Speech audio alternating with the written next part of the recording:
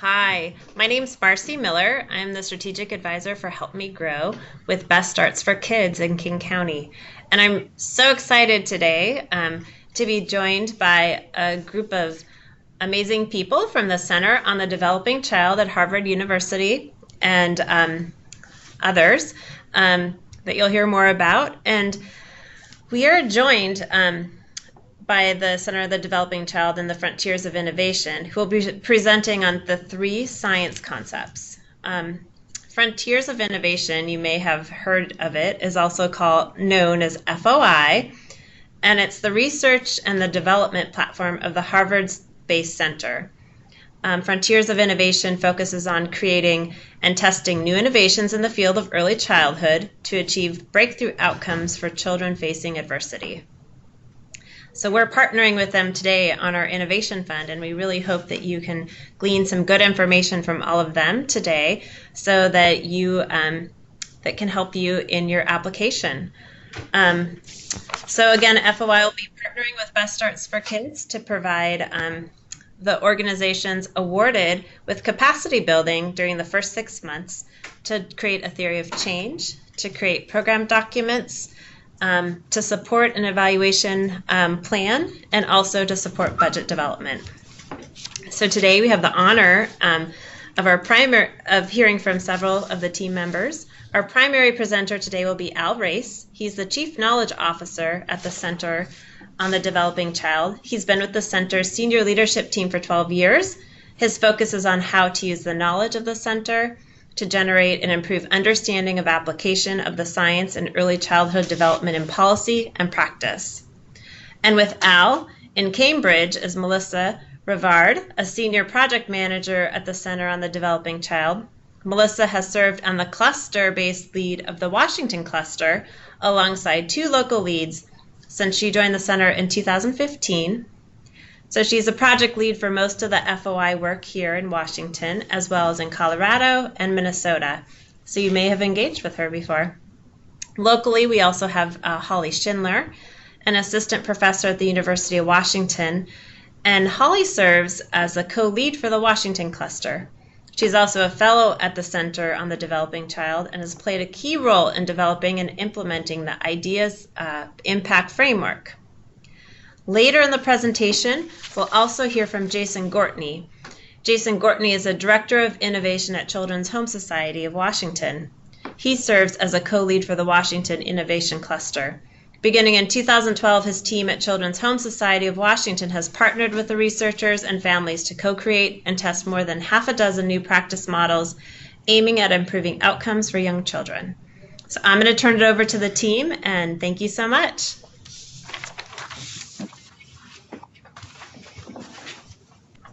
Thank you, and welcome everybody to the webinar.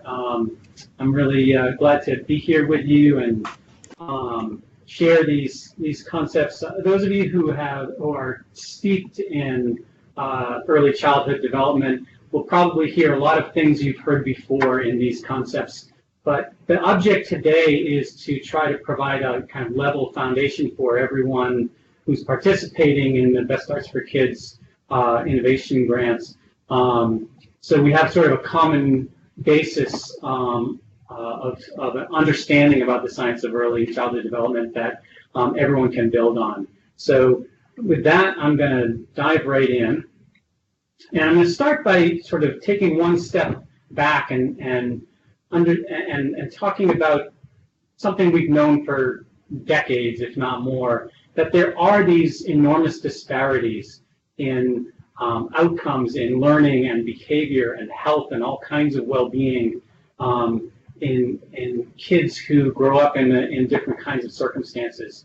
And we've known for a long time that there's some combination of positive and negative experiences, as well as parents who play an important role, and also genes and genetic expression that factor into those disparities that we see in the lifelong outcomes. But what we haven't been able to tease apart until quite recently is how that happens. What is it? What are the causal mechanisms that lead to these disparities as a result of that combination of things that are sort of the inputs into this black box. We've also begun to sort of pick apart what are those experiences? What kinds of experiences, positive and negative, can affect how these outcomes happen? And that's where we get things like adverse childhood experiences, which I know most of you in Washington are quite familiar with. With the social determinants of health, there's a lot of research that's been going on how those social determinants affect lifelong health outcomes. Family life, schools, peers, the habits and choices that we make as individuals. All of these things affect how the outcomes, how we get to those different outcomes. But it hasn't changed the fact that it's still kind of a black box as to how that happens. What are the causal mechanisms? So science helps us to open up that black box. And as we do that, we're starting to see that these different factors not only feed into those outcomes, but they interact with each other. So in other words, even genes are not destiny. The genes that we have are affected by the experiences we have. How those genes are expressed are affected by both the positive and negative experiences that we have. So all these different factors interact, and we can now even look at that down to the molecular level using the science that's just exploded in the last 10 to 15 years. So I'm going to dive a little bit deep into some of that science that goes way down to the molecular level, but I'm going to try to pull it back out to these three principles that we hope can be usable by those of us who are not scientists. So I'm going to start with this first principle, that responsive relationships and positive experiences build sturdy brain architecture. So what we mean by brain architecture is really the connections between neurons within regions of the brain and across regions of the brain. So different regions of the brain are responsible for different kinds of skills and behaviors. And they develop at different times. So the simple skills develop first, and the more complex skills develop later. And the development of those skills is related to the connections between neurons within and across those regions of the brain. And every type of skill that develops builds on what came before. So the more complex skills build on a foundation of the simpler skills and regions of the brain. So that's what we talk about when we think about brain architecture, and the important point to remember is that that architecture can be either strong or it can be weak, depending on the nature of the relationships and experiences that children have to build those connections in the brain. And it happens very, very rapidly early in life. More than 1 million new connections every second are made in the first few years of life. So think about how fast that is and how much development is happening in those first few years. That's why we say the earliest years are the most important years for building that strong foundation.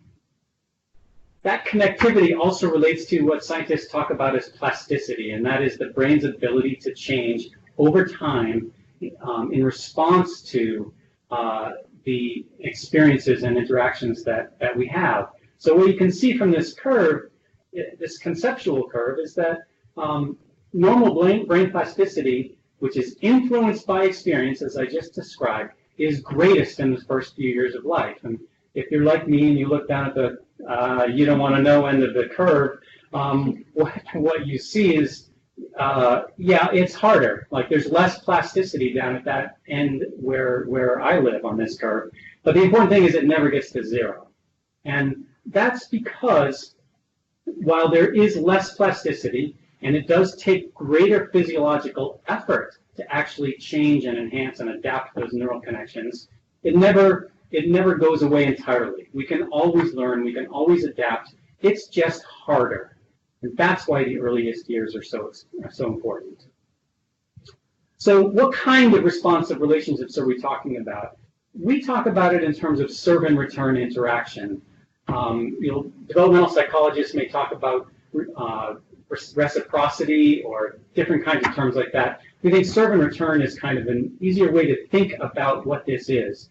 And what I'm going to show you now is how serve and return interaction shapes the skills that are related to language and literacy development. But keep in mind that serve and return also builds social and emotional development, attachment. The foundations of even executive function and self-regulation come from this same kind of responsive interaction. And it starts very early. So even with language and literacy, before children can talk, there's this back and forth that goes on between a responsive caregiver and an infant.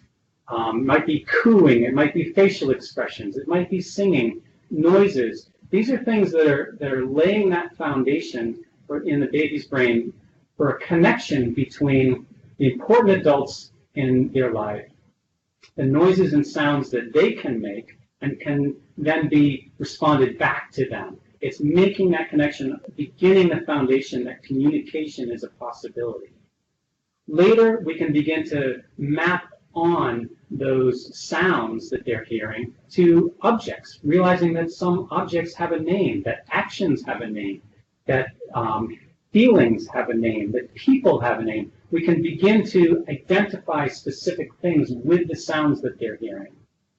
Later, with support, they can understand that those same sounds and same feelings and objects and actions can also be represented by marks on a page. Eventually, they can learn to decipher those marks on the page themselves, and then to write those marks on the page, to create those marks themselves. But each stage that comes is built on the stage that came before. So if education-oriented people are focused on third grade reading skills, for example, starting at kindergarten is great. But what we can see is that the foundation has to come even earlier than that. It starts at birth. The second principle I want to call your attention to is the idea that excessive stress activation, what we call toxic stress, can disrupt the development of brain architecture and other systems. So it's important to recognize that not all stress is bad. We need our stress response system to be able to be activated in order to have that fight or flight syndrome or the response. That's necessary for survival, to activate that stress response system. And then with the support of caring adults to be able to bring that stress response back down to baseline. That's training a healthy stress response system to activate and come back down. It's a good thing. We call that positive stress. When the stressors become a little bit more severe and longer lasting, as long as there are those responsive relationships in our life, that we can still have that stress response system activated, maybe activated in a more severe way or maybe activated longer, but it can still come back down to baseline without lasting harm. Where we really begin to worry is when that stress response is activated over and over again, very to extreme levels, and there are no supportive adults, no responsive relationships to help bring it back down to baseline. That's what we call toxic stress. And it can be very disruptive to brain architecture, as well as the metabolic regulatory system, the cardiovascular system, the immune system, all of these systems that get activated, and the stress hormones that are released as a result of the stress response can trigger both in the brain. It can affect the connections between neurons in particular regions of the brain, like the prefrontal cortex and the hippocampus. But it can also be, by having those other systems activated or deactivated during the course of a stress response. Think about it like a car. So if you are on a highway, it's a good thing to be able to rev your engine and pass a truck. That's good. But if you sit in your driveway revving that car engine for hours or days or weeks on end, eventually that car engine is going to be damaged. And that's the same kind of wear and tear effect that you experience with overactivation of that stress response system. And that's why it can be so harmful to development. I'm going to go quickly through two studies, and those of you who are familiar with ACEs will recognize the pattern in this. But these are actually biological and developmental measures that show a different kind of evidence about the number of risk factors that we experience and how that can influence development. In this study, which was done with children who are already in the child welfare system, so they have one risk factor working against them already, and they are 3 years old. And what they found that at age 3, if they had 1, 2, or even 3 additional risk factors, their chances of a serious developmental delay at age 3 were relatively small. But as you increase the number of risk factors, by the time you get to 6 or 7 risk factors, you're looking at a 90 to 100% chance that these children will have a significant developmental delay that will require expensive remediation when they enter school. So this is showing how early the effects of adversity begin to show themselves. Here's another study that was done in New Zealand, and this is looking at actual biological markers. So there's something called C-reactive protein that is a marker for heart disease. And so if you have elevated C-reactive protein, that's an indication that you're at much greater risk for having heart disease way down the road later in life. These measures were done, they've been following this cohort since birth, and they're now about 40 years old. These measures, I think, were done at 32. And the control group, what they see is there's an elevated C-reactive protein in about, say, 15% of the population. That's sort of to be expected. Maybe 15% are at greater risk for heart disease.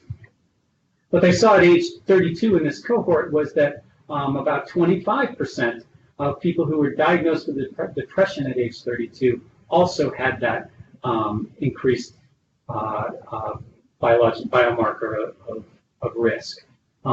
That's a known correlation between depression and heart disease. What they didn't expect was that adults at age 32 who had been documented as having been maltreated as children had over 30% chance of having this increased C-reactive protein. And if they had been diagnosed with depression at age 32 and documented maltreatment as a child, what they found was that it was almost 40% of the people had this increased marker of heart disease, of getting heart disease later in life, probably at around age 40, 50 or so. And so they're continuing to follow this cohort, but the important thing to recognize here is that here's the same pattern of increased risk according to the number of risk factors that you have. And this is for heart disease. So a lot of the evidence has had to do with mental illness, depression or substance abuse, things like that you might expect maltreatment might lead to. But what we're seeing now is that the stress of maltreatment is leading to cardiovascular issues as well. So that's how I'm going to think about the causal issue. So we talked about the black box earlier. Now, ACEs has a black box of its own. So those of you who are familiar with the ACEs study, which came from this original 1995 study that was done at Kaiser Permanente in San Diego in collaboration with the Centers for Disease Control. And they found this incredible correlation between the number of adverse childhood experiences reported by adults and a range of poor outcomes later in life, mostly health outcomes or mental health outcomes. But it was a very, very powerful correlation that was replicated in study after study after study. That same kind of pattern, the more ACEs you reported having, the greater your risk of experiencing heart disease, depression, but even things like obesity and diabetes. What they weren't able to explain is why. And so for us, toxic stress explains why. Understanding that stress response helps us to explain why it is that adverse childhood experiences have the correlation with poor life outcomes that we know they do. And I want to also add the original ACEs study was focused on 10 very specific types of adverse childhood experiences, all in the home environment. And what we now know is that toxic stress can be caused by a wider range of adverse experiences that may include things like racism and community violence and extreme poverty, things that are more in the community and in the systems within which we live, can also cause toxic stress. A lot of people have also heard about trauma and trauma-informed care. So I want to talk about how we see that being related to ACEs and toxic stress, because I know it can be confusing to a lot of people.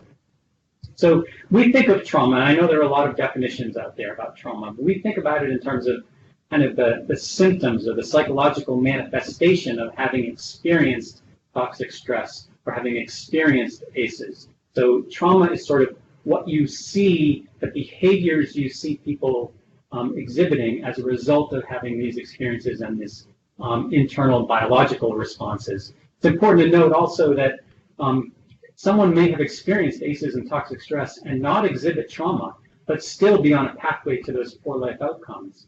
So it's an important connection to these experiences, but they may demonstrate themselves in different ways. There's also a spectrum of responses we can have to this chain of experiences. And at the far right-hand side here, you see the therapeutic interventions that are the most costly, the most intensive interventions that are necessary for people who have experienced the greatest trauma or greatest toxic stress.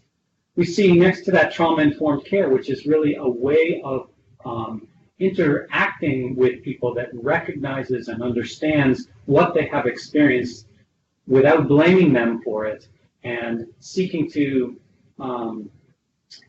support them in what they need to overcome the circumstances that they've experienced.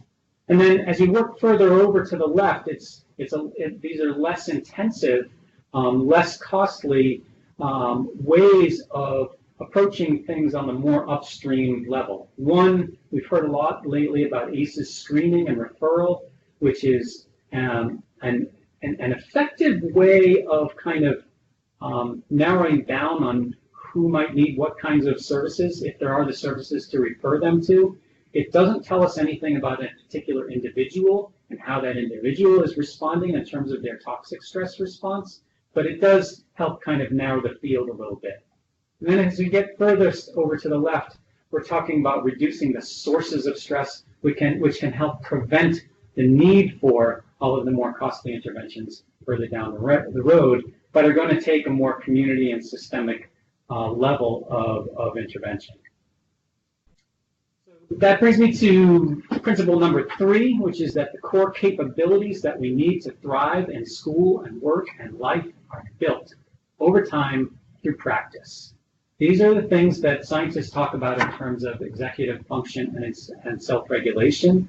We think about it as kind of an air traffic control system in the brain.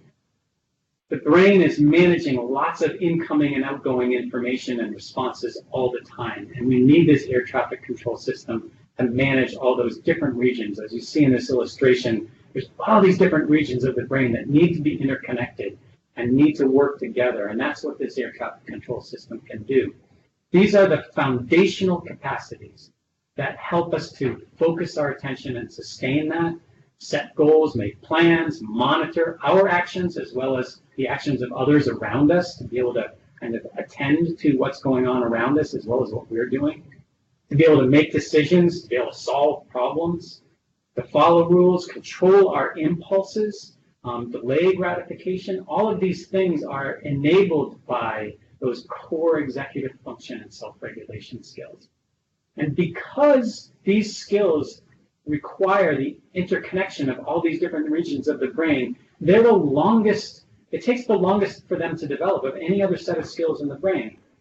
So after the foundational period in infancy, where we're laying that initial foundation of attention and some of the other kind of very basic level skills, there's these 2 major spurts in skill development. The first big, huge opportunity is in the preschool years, ages 3 to 5. There's an enormous spurt in the development of these skills if we provide the right scaffolding, the right opportunities for children to practice these skills and work on them in contexts that matter. But there's another window of opportunity where there's another burst of skill development. It comes between about 15 and 25, adolescence and early adulthood, when guess what? A lot of young parents are beginning to have children of their own. And if they haven't had the opportunity to develop these skills themselves early in life, there's another window of opportunity. They can, and we can use that window of opportunity to help them practice and build those skills so that they can then pass them on to the next generation.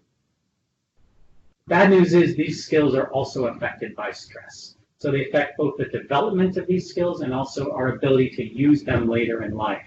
So here's kind of how it works. Well, okay, my animation isn't going to work.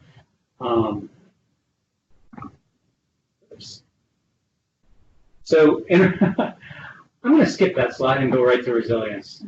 But I'll just take a step back and say that stress affects how those skills are developed early in life because by triggering the stress response, by triggering those automatic fight or flight responses, it sends all of the developmental energy in the brain to those regions of the brain that are focused on fight or flight response, emotions, automatic responses.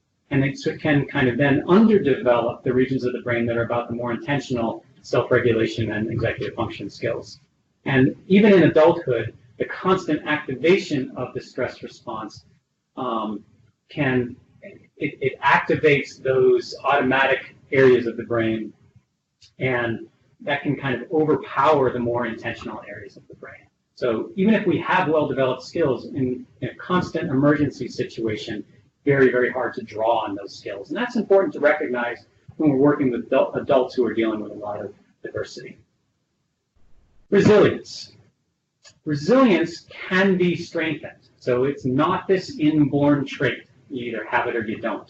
Resilience can be strengthened and built if we provide those supportive, responsive relationships and opportunities to build those same skills that I've been talking about.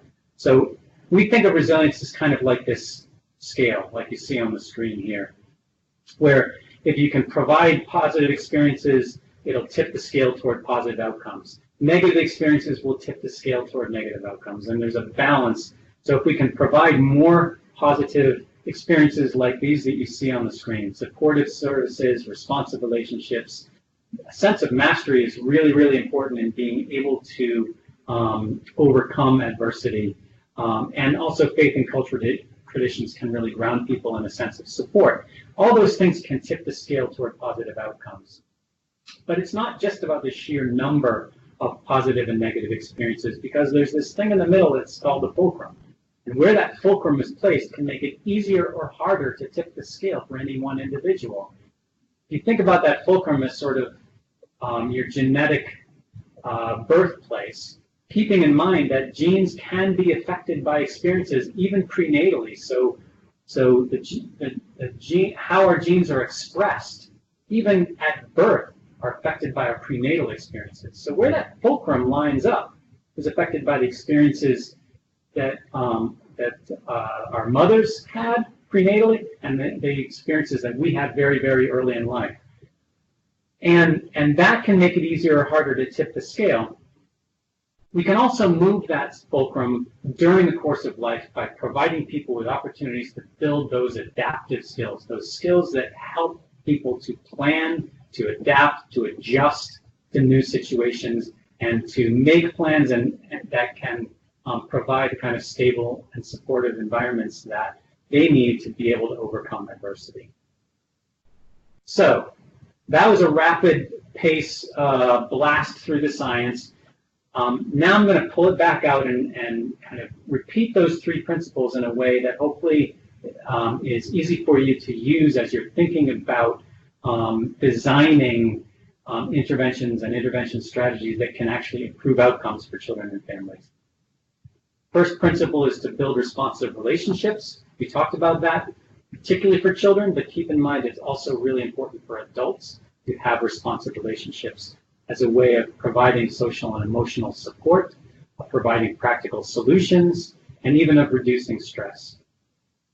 Strengthening core life skills is the second principle. These are the executive function and self-regulation skills that are important for both children and adults. Children need them to thrive in school. Adults need them for keeping it and getting and keeping jobs and for providing a stable home environment. And reducing sources of stress is that third principle. The more that we can think about how the way in which we provide services and the targets of those services as being able to reduce sources of stress, the easier it will be for people to work on their core life skills and to have bandwidth for those responsive relationships. So that's one other really important piece to remember about these three principles, is that they all work together. If you can build responsive relationships, that reduces stress. Having those core life skills also reduces stress. Reducing stress opens up the bandwidth for the others. So all of these work together, and deficits in each of these can also work against each other. We need to build them up together. And if we can do that, then the outcomes will be healthy children who can achieve in school, and adults who are able to provide the responsive caregiving that children need, as well as the economic stability that they're getting. Those are the three principles. I know we're going to be asking you to be thinking about those three principles as you think about your applications to Best Starts for Kids. Here's some questions you can use to think about those principles. Is one of those principles a specific target of the intervention or the strategy or the program that you're working on? Conversely, how does your intervention, how do you expect it to affect one or more of those principles, positively or negatively? And then finally, how can you measure the impact of your intervention on one or more of these principles? There are ways of measuring each of these principles. And the question is, how are you going to know if you're having an impact on them? While we're talking about measurement, I would be remiss if I left this webinar without talking a little bit about evidence-based programs and the need for a new definition of evidence-based. I know this is something that is important in this initiative. And what we mean by this is, if the status quo is that if you look at this graph and think of each of those little points, those little dots, as being an outcome for a child, what you can see is they're all over the place. And the current approach is to find a significant mean effect. In other words, we average them all out and we say, all right, if they are just enough above zero to be significant, then they qualify as an evidence-based program. That's all they need to do. But what we should be asking is, why did it work so well for these children and families at the top? And why did it work so poorly for these children and families? What do we know about the intervention? What do we know about the children themselves and the families that could help us answer those questions?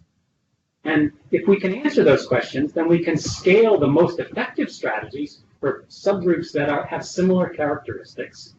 And we can go back to the drawing board and design and test new approaches for the subgroups that didn't fare so well with these kinds of interventions.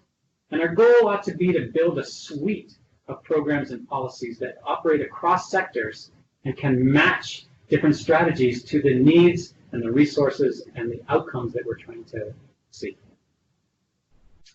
So what that means is that when we are designing new strategies, we need to be asking a different kind of question. Rather than asking if the program works on average, we should be asking, what about it works? How does it work? For whom does it work? And for whom does it not work? And in what contexts does it work? I know Jason is going to dive a little bit deeper into how we can ask these questions, and Holly, of course, is an expert on how we can develop theories of change that can help us dive into this. This is what the Ideas Impact Framework is all about. So you'll be hearing much more about that. But I wanted to plant the seed of those questions and get people thinking about how they might be able to do that. Finally, I want to leave you with the idea that that a healthy field needs innovation, but not only innovation, a full spectrum of approaches. And this comes from the for-profit world, the work of Everett Rogers, about how innovations diffuse across society. And we've adapted it to think about how does this relate to the early childhood field, because there's a segment of the field that is still addressing basic quality and safety issues. That's critically important. They must be addressed, and it's very important that a segment of the field is working on them. There's another segment of the field and a huge body of work to be done in terms of just meeting current best practice standards and increasing access to the highest quality programs that we have. Very important work. There's also work to be done in terms of delivering the state of the art. So in other words, thinking about those three principles, having programs be completely in alignment with those scientific principles would be what we would consider to be state of the art. There's a lot of work to be done to get there. But there's also work that needs to be done in any healthy field, including the early childhood field, generate and test new ideas. And that's where this innovation project comes in and why it's so important, because that's been neglected in this field for too long. And so instead of just looking at those scientific principles in terms of how can we improve and become more in alignment with the science, it's also how might that inform new ideas, new strategies to deal with challenges that we haven't been able to solve? How can we test those? And then once we've generated and tested those new ideas, there's a significant early adopter segment of the field that needs to be able to adapt and scale the most promising new strategies that we can generate. So that's kind of the complete field. In the innovation space, we're kind of operating in those two yellow boxes in the front end, which does not diminish the need for the other sectors to be working on. But it hopefully is kind of a helpful framework to think about what we mean by innovation. That's where I will end. There is a lot more about both the science and these three principles, and also the ideas impact framework and examples of innovation in action that you can find on our website. And that's where I will end. I'm going to pass it over to Jason now.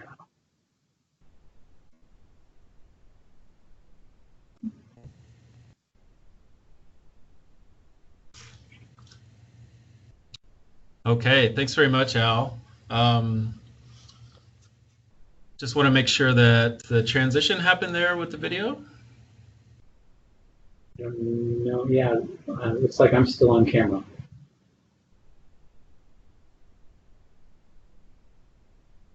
Jason, we can hear you but can't see you yet. Great. Okay. Well, while we're working that out, I'll go ahead and get started.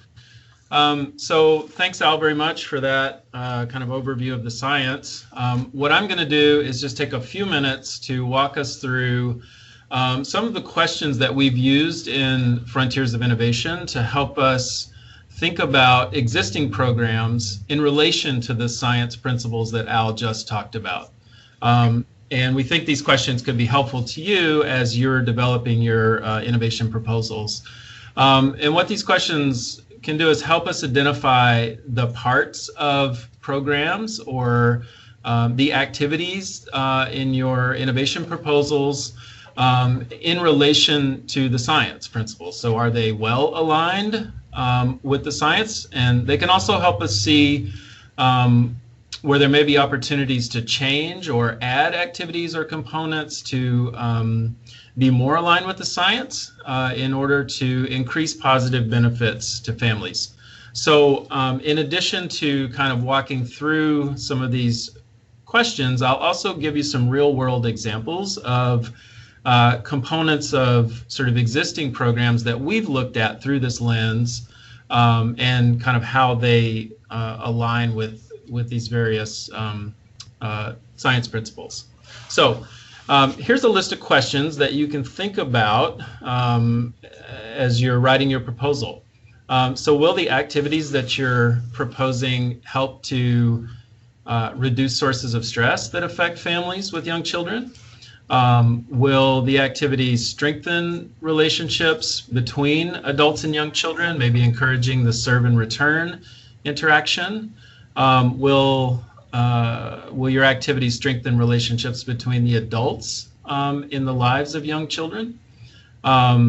Maybe you're doing something to strengthen the core life skills of the adults who are taking care of young children. Or maybe you're doing something that focuses directly on developing young children's sort of emerging core life skills in those early years of life. Next slide, please. Okay, so what I'm going to do is just give you sort of a list of examples of things that we have found as we've applied these questions to existing programs, both at Children's Home Society of Washington and at some of our partner organizations around the country. So in terms of reducing sources of stress, you'll see there are many approaches to stress reduction for families with young children. You can help families identify their stressors as sort of a starting point, providing linguistically and culturally relevant services. Trauma-informed care would be another way of reducing the stress of accessing services and systems. Being a trusted source of child development information, parents can be a big stress reducer for families with young children. We've heard that a lot from the families that we work with. Helping families connect to the resources that they need is a stress reducer. Providing those resources directly, making it easier to use services, either your own or some other system services. Providing fun activities for families to do together can be a way to reduce stress. Helping families with things like translation or interpretation needs. Helping families plan and set goals for a better future can help families feel like they're more in control of where they're going. So next slide, please. In terms of strengthening responsive relationships between adults and young children, some of the strategies we've heard are modeling positive interactions, directly coaching parents or caregivers on positive interactions. You know, what do those look like? How do we do those in sort of real world settings with coaching? Connecting parents who themselves may have had significant trauma in their history or are parenting young children who have had significant trauma to infant mental health services is a strategy.